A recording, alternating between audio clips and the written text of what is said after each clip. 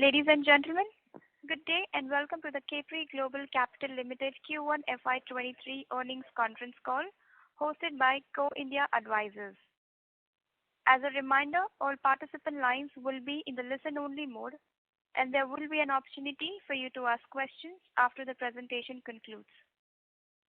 Should you need assistance during the conference call, please signal an operator by pressing star then 0 on your touchtone phone. Please note that this conference is being recorded. I now hand the conference over to Mr. Ravikant. Thank you, and over to you, sir. Thank you, Seema. Good afternoon, everyone. Welcome to the Capri Global's Q1 FY23 earnings conference call. I will quickly read out a disclaimer before we start with the opening remarks by our Managing Director. This conference call and the discussion herein is for information purposes only and does not constitute any offer or invitation, directly or indirectly in any manner, or inducement to sell or issue or any solicitation of any offer to purchase or subscribe for any securities of the company in any jurisdiction, and no part of it shall form the basis of or be relied upon in connection with any contract or commitment whatsoever. No offering of securities of the company will be made except by means of a statutory offering document containing detailed information about the company. This earnings call should not be considered as a recommendation that any investor should subscribe for or purchase any securities of the company or its subsidiary, collectively the group, and should not be used as a basis for any investment decision. None of the group or any of its affiliates, advisors, or representatives accept any liability whatsoever for any loss howsoever arising or from any information presented or discussed on this call. The detailed updated disclaimer is available on slide numbers 2 and 3 of our Q1 FY23 investor presentation. With this, I will now hand over the call to our Managing Director, Mr. Rajesh Sharma, to present his opening remarks. Over to you, sir. Yeah, thank you, Ravi. Good afternoon, friends, and a hearty welcome to Capri Global's Q1 FY23 earnings call. We announced our reviewed consolidated results for Q1 FY23 yesterday evening. I hope you had an opportunity to go through our investor deck. Our results discussion this time happens in the backdrop of filing for our rights issue. You may recall our board had approved 1,200 crore rupees rights issue when it met to approve the FY22 audited results. We took the first step towards the same by filing a draft letter of offer with SEBI on 28 July 2022. The same has been placed by SEBI in public domain on its website. Given this backdrop, there are certain restrictions on forward-looking statements and guidance that we can make. I'm aware we had set out certain goals for FY23 and the medium term in our previous earnings call. I would like to state that we are fully committed to a sustainable and profitable growth. As a rule, we shall refrain from giving any guidance on medium-term strategy and shall restrict this discussion to analyzing our results. Please note we have made changes to how we report certain performance ratios. This has been done to align with the requirement of the rights issue disclosures in our offer letter filed with SEBI. Such changes have been highlighted at the relevant place in the investor presentation of the footnote. I shall now discuss our earnings performance during Q1 FY23. We reported a consolidated net profit after tax of rupees 461 million, which is a flat year-on-year and higher 10% over Q4 FY22 net profit. Although our net income declined 12% quarter-on-quarter, a softer increase in operating expenses and a sharp 57% fall in credit costs helped us post a sequentially slightly better profit. Adjusted for rupees 77.5 million one-off income in Q4 FY23, our NI is flat Q-on-Q. The one-off gain in Q4 FY23 was relating to the upfront recognition of unamortized fees on foreclosed accounts. Secondly, we have begun incurring costs on our gold loan business while the business is yet to commence operation. We have already onboarded the entire team of about 1,000 people there. We incurred about 69 million overall operating costs on gold loan business in Q1 FY23. Adjusting for same, our OPEX would have actually declined 3% quarter-on-quarter. Both these items negatively impacted operating profit by 147 million in Q1 FY23. Our net interest income was also impacted by a negative carry as we drew down all new sanctioned facilities in April 2022 to the first week of July 2022. This is seen in the bank balances in the balance sheet, which were heavier by 40% or rupees 1.4 billion in Q1 FY23 over Q4 FY22. Since we have drawn our new sanctions, our MCLR is locked for 6 months to 1 year. Our net interest margin computed as a ratio of average net advances was 8.4%, lowest in trailing 5 quarters and reflected the weaker net interest income. We have begun resetting yields on new as well as existing loans, and it could have a positive rub-off on earning going ahead. Approximately 55% of our loan book comprises floating rate advances, and the remaining comprises semi-fixed loans that convert to floating rates after an initial period of fixed rates. Our cost-income ratio was 51.1% in Q1 FY23, adjusting for the operating cost of gold loan vertical, which is yet to commence contributing to AUM. The cost-income ratio compresses 400 basis to 47.1%. With NIM already on recent quarter lows and gold loan AUM yet to become meaningful, we believe there is a higher probability of the cost-income ratio improving than worsening from current levels. It may also be noted that our earlier cost-income ratio target of 40% was set prior to the launch of our gold loan business. As of now, we don't have a specific target on cost-income ratio. To reiterate, we firmly believe a strong branch network is central to our business. Therefore, we shall continue to roll out branches in the traditional as well as the gold loan businesses. We have continued with the write-off in Q1 FY23. While we had expected the write-off to taper off post Q4 FY23, we felt it is necessary to continue proactive provisioning and writing off in Q1 FY23 as well. However, the credit cost per se has declined by 57% Q1Q to rupees 246 million and is among the lowest in trailing 5 quarters. We are looking at the credit cost in aggregate irrespective of whether it is a write-off or initial provision. Currently, our stance is to ensure we provide more than adequately. This could be in the form of resale provisions or, if necessary, a write-off.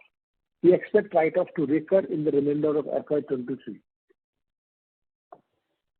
Our asset quality declined after showing steady improvement between Q2 FY22 and Q4 FY22. The stage 3 assets in absolute as well as the percentage terms have increased, primarily driven by the retail segment.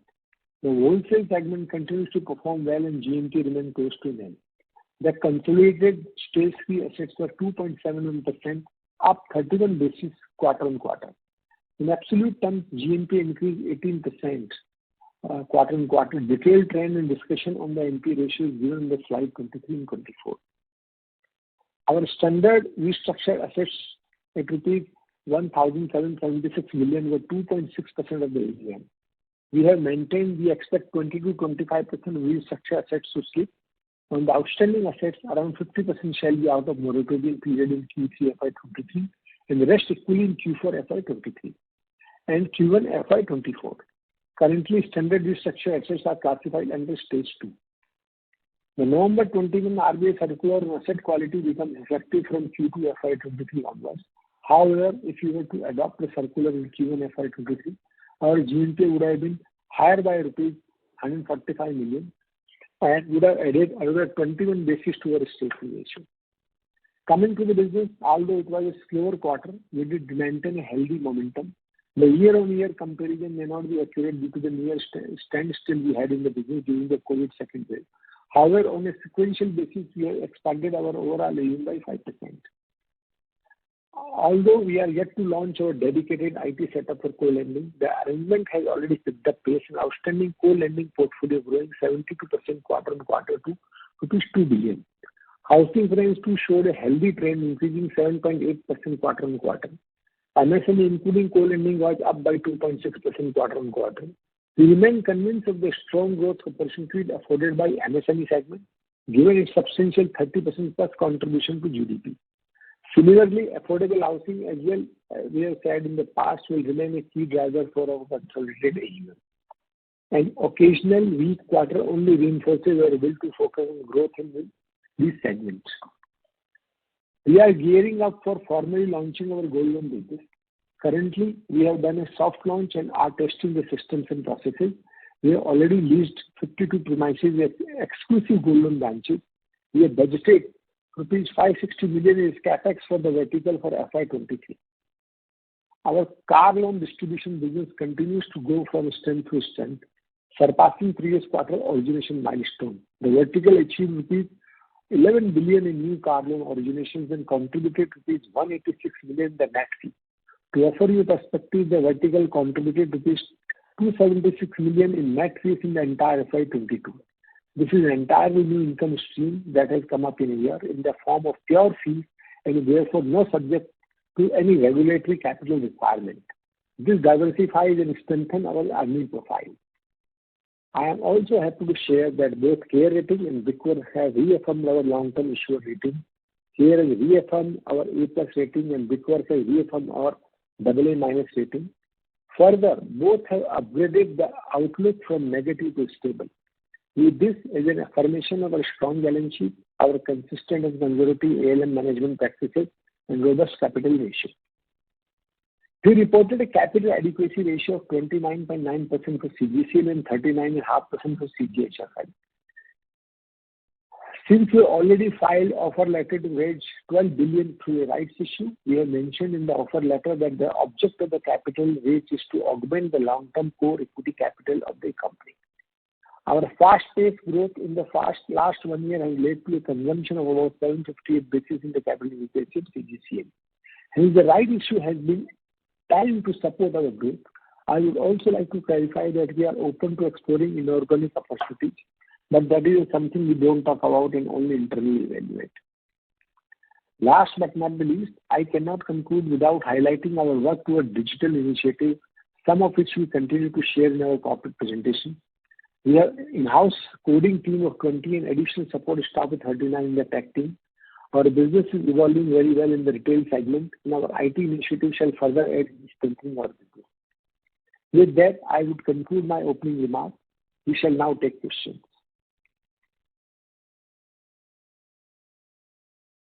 Thank you very much. We will now begin with the question and answer session. Anyone who wishes to ask a question may press star and 1 on their touchtone telephone. If you wish to remove yourself from the question queue, you may press star and 2. Participants are requested to use handsets while asking a question.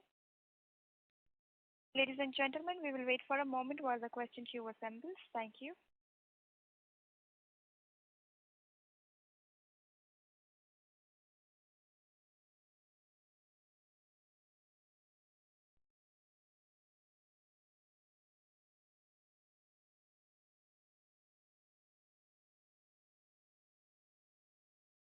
We take the first question from the line of Prashant Kumar from Sunidhi Securities. Please go ahead, sir. Yeah, thanks for the opportunity. And my question is on operating expense side, as it is continue to remain elevated.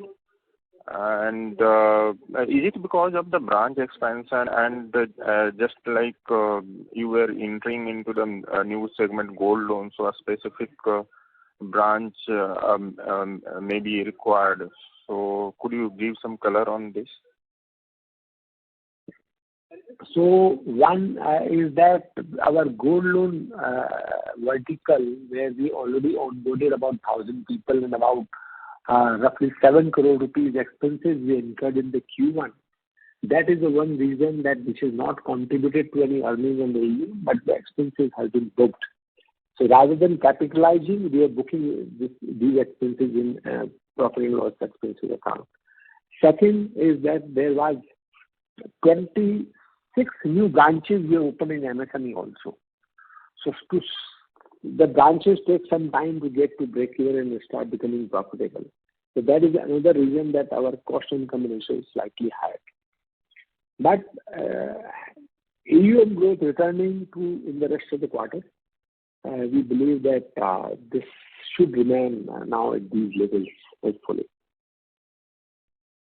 So, sir, if I think like this is like one-off type of operating expenses, so when it will normalize, especially on the fixed expenses side?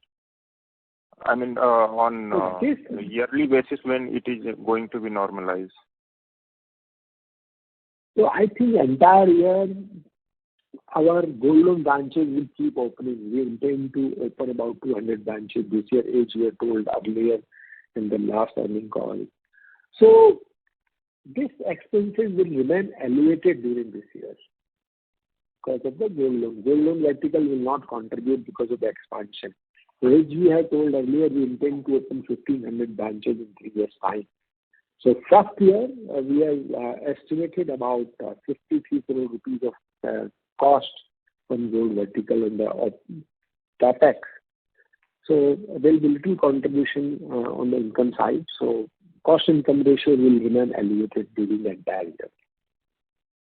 It may not increase from this level, but it will remain at around this level. Okay. I mean,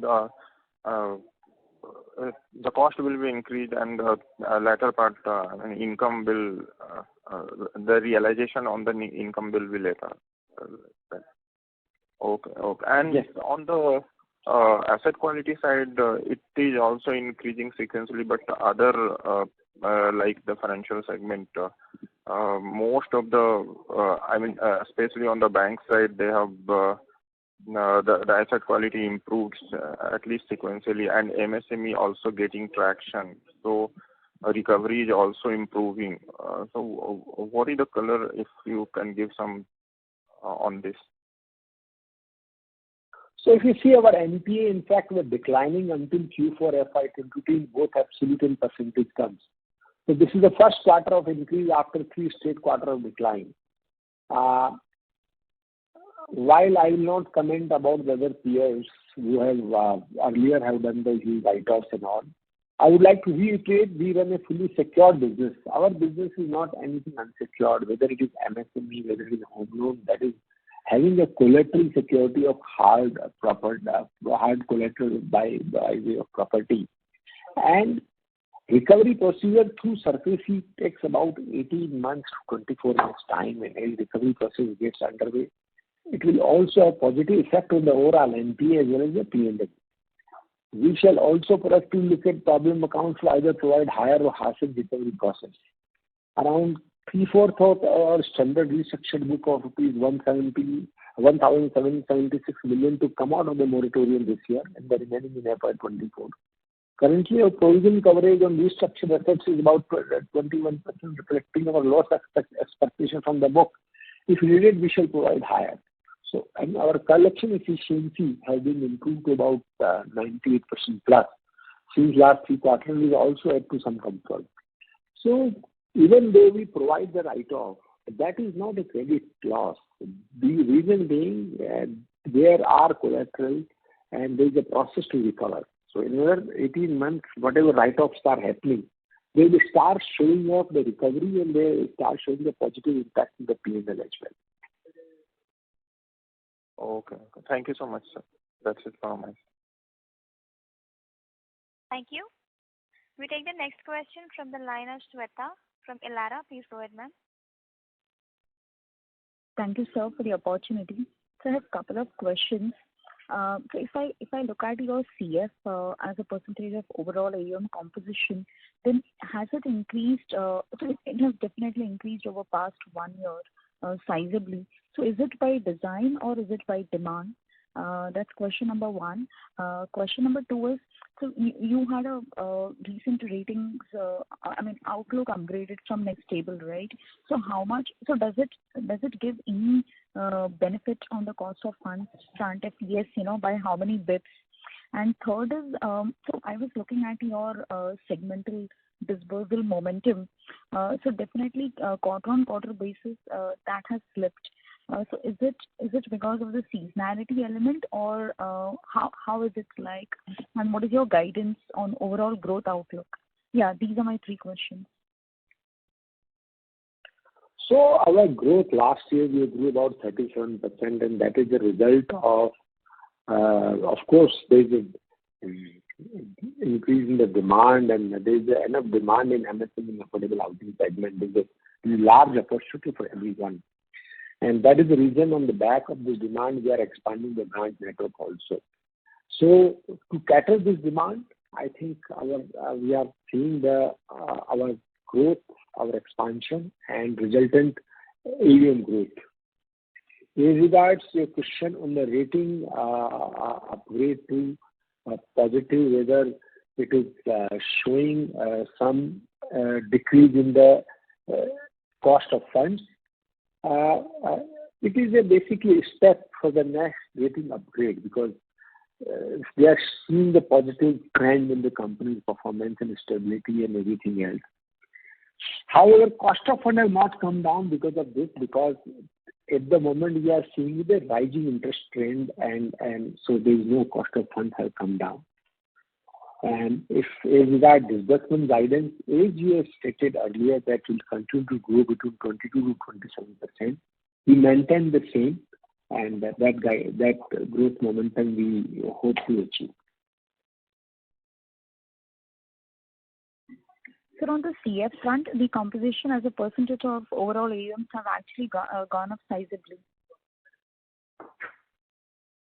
So overall, CF composition in one quarter might have gone up slightly, but overall basis it will remain in the overall range of 20% at consolidated basis. Sure. Thank you, sir. Thank you, ma'am. A reminder to all the participants, anyone who wishes to ask a question may press star and 1 on their touchtone phone. We take the next question from the line of Mr. Jay from Dolat Capital. Please go ahead, sir. Hi, sir. Thank you for the opportunity. My question, I have two set of questions. First is, how do you see the impact of banks aggressively lending to retail and MSME segments? Would it impact margins and pricing for the NBFCs? And second question is, also, do you see fintech challenging you in the housing and gold loan segments?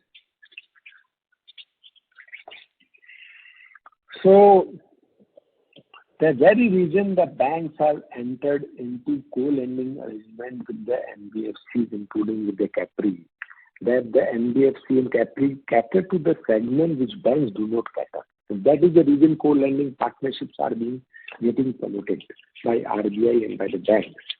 So there is an entire different segment to which bank cater to and which NBFC cater to. So if bank is increasing their retail, will not going to impact in a larger way NBFC.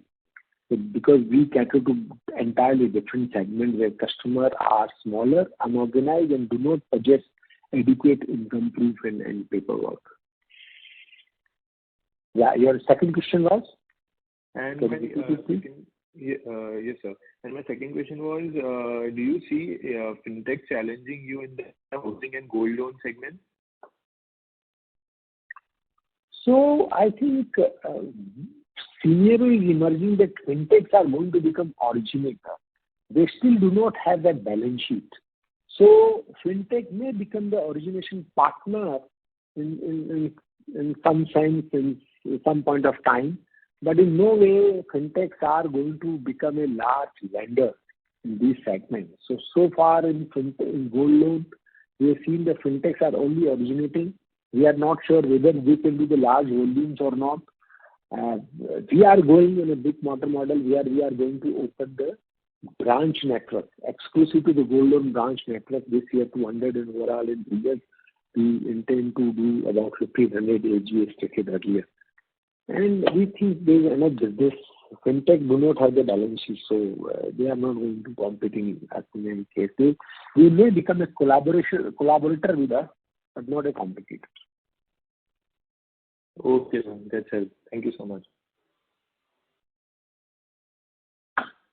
Thank you. Reminder to all the participants, anyone who wishes to ask a question may press star and 1 on your touchtone telephone. We take the next question from the line of Gautam Gosar from Perpetuity Ventures. Please go ahead, sir. Yeah. Thank you for taking my question. So I have two questions.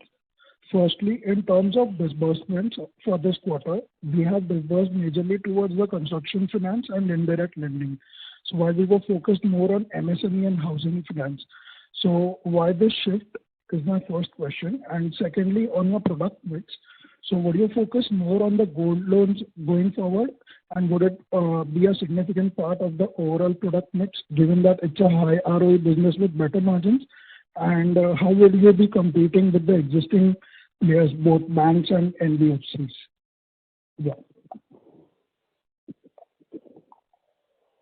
So whether we have reduced our focus on the home loan or MSME, answer is no. Our home loan has seen a growth of about 7.8%, and our MSME have been relatively has seen no growth, because there's a lot of foreclosure we have seen, whereby it means that account underwritten by us has been taken over by some other lender at much lower rate of interest, which speaks about our good underwriting standard. However, this MSME, we should be come back to the growth from the next quarter. In any case, the first quarter always remain a slightly muted kind of a quarter. And construction finance is grown about 11%, but overall, if you see construction finance portfolio is about 6,900 crore, is about 1,400 crore. So it is remain in the 20% overall range, and that is what it is. Our key growth driver in going forward is going to remain MSME and home loan. If you talk about gold loan, in next 5 years, it may have about 25% of AUM of overall basis, and that is what the target is. Okay, 25%. Okay. Thank you. Thank you, sir. Reminding all the participants to press star and 1 on their touchtone telephone to ask a question.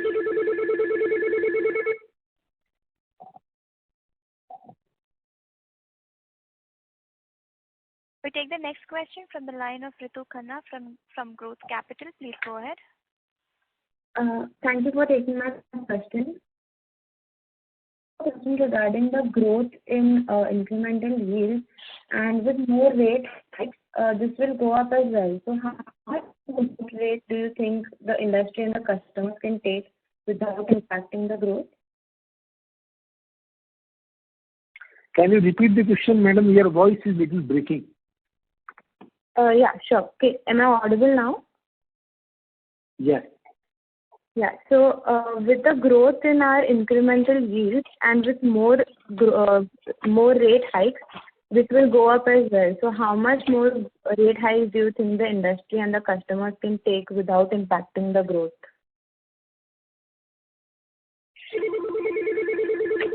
So as far as our customers are concerned, which are MSME affordable housing side, which are basically small, and then loan ticket size is between average ticket size is 17 lakh in MSME, about 12 lakh in home loan.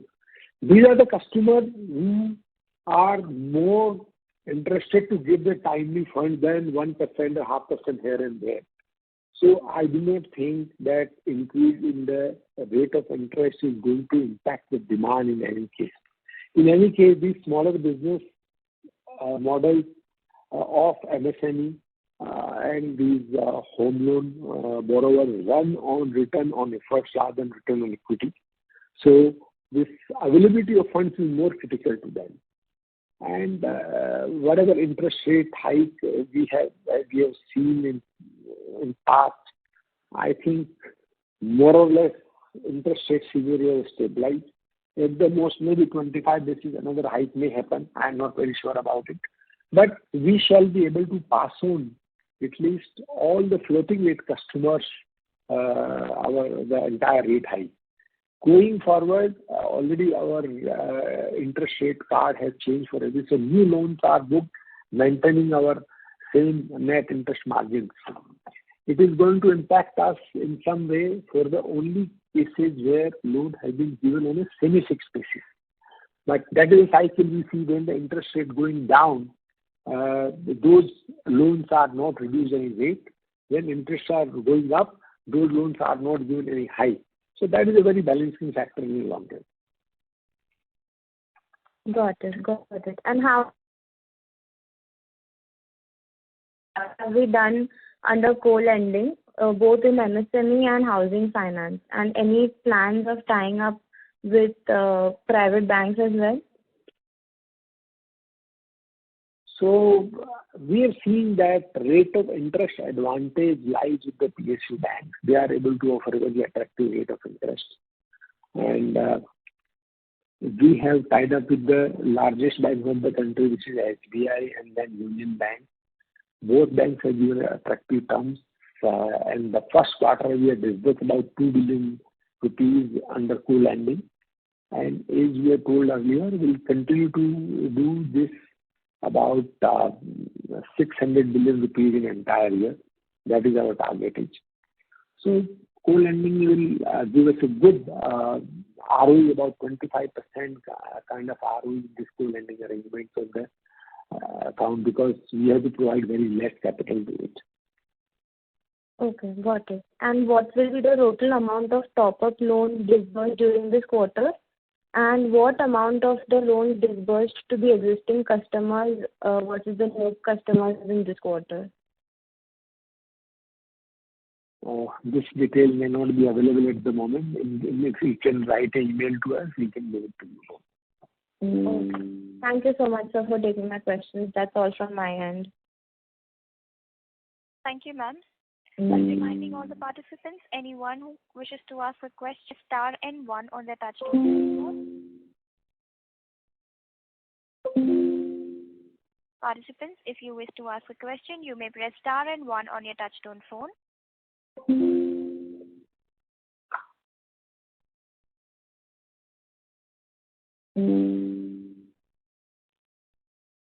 Ladies and gentlemen, that was the last question for the day. I now hand the conference over to Mr. Rajesh Sharma for closing comments. Thank you, and over to you, sir. Yeah, thank you, Shita. So, as we have said, we have continued to remain in the retail lending side. Our 80% portfolio is going to remain secured retail lending, and on that path, we'll continue to grow. And we see MSME, affordable housing, and gold loan, all these segments where we are in are a huge opportunity. There's a huge gap exists. So next 5 years looks a big runway for us, and we are quite confident of good times ahead. Our fee, the car loan origination is generating very good fee income for us, and that will be a ROE accretive. Overall, we are quite confident that yes, we are on a great path, and that is the reason we have decided to bring rights issue where promoters have 75% stake, and we'll be committing this kind of a capital. The right issue size is about 1,200 crore rupees, and that will take care of our future next 5 years growth requirements. Thank you. Thank you so much. Thank you, sir. On behalf of Go India Advisors, that concludes this conference call. Thank you for joining us, and you may now disconnect your lines.